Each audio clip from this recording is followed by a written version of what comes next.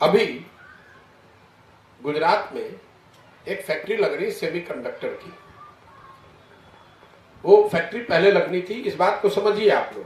वो फैक्ट्री लगनी थी महाराष्ट्र में। उस फैक्ट्री को लगाने की लागत है 1,50,000 करोड़, 20 बिलियन डॉलर। फैक्ट्री को लगा कौन रहा है? फैक्ट्री को लगाने वाले हैं अनिल अग्रवाल, जो बिहार के लड़के हैं। फैक्ट्री में जो अनुमान आया है कि उसमें काम जो लड़के करेंगे उसमें करीब करीब 15 से 20% इंजीनियर बिहार के लड़के होंगे।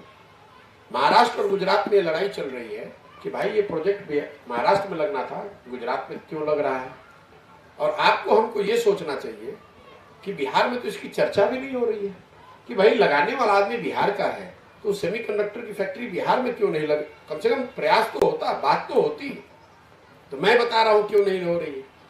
मैंने खुले मन से कहा और आपसे भी कह रहा हूं कैमरे पे, बिहार की पूरी कैबिनेट को बैठा दीजिए और उनसे खाली पूछ लीजिए कि सेमीकंडक्टर होता क्या है। अगर एक आदमी भी बता देगा कि सेमीकंडक्टर होता क्या है तो मैं मान जाऊंगा।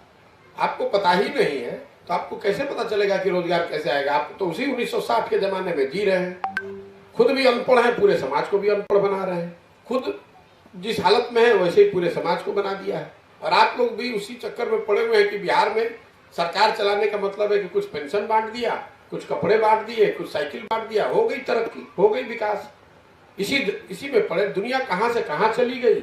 हम लोग खिचड़ी खाने में, स्कूलों को खिचड़ी बांटने का सेंटर बना दिया, कॉलेजेस से डिग्री बांट रहे हैं। और सरकार की जो पूरी व्यवस्था है वो लॉ एंड ऑर्डर, शराबबंदी और कुछ जो बेनिफिट सरकार दे रही है, बस इतना ही।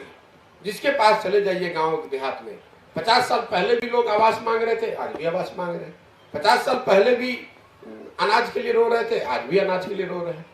कैसे सुधरेगा बिहार? दुनिया कहां से कहां चली गई। हम लोग आज भी 1960 में जी रहे हैं, नेता भी 1960 में जी रहे हैं, पत्रकार बंधु भी 1960 का ही सवाल कर रहे हैं और जनता भी उसी जीवन में जी रहे। इससे जो बेहतर है वो बिहार छोड़ के चला जा रहा है। तो बिहार में वही लोग बच जा रहे हैं जिनको सबको आपने बांध कर नीचे कर दिया है।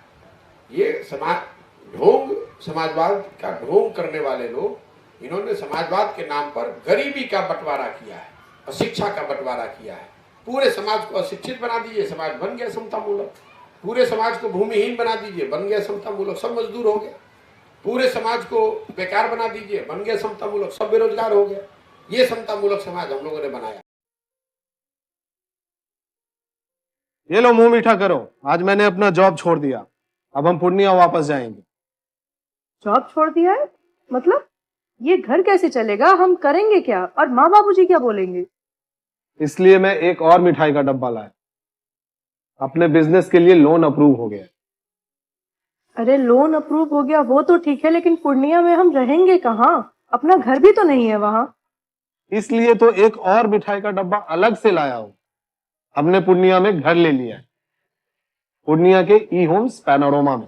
पूर्णिया में पैनोरमा ग्रुप लेकर आए हैं ई होम्स पैनोरमा। बड़ा घर, आलीशान जिंदगी और अत्याधुनिक सुविधाओं के संग। अरे अब क्यों मुंह मीठा करवा रही हो? क्योंकि हम घर वापसी जो कर रहे हैं।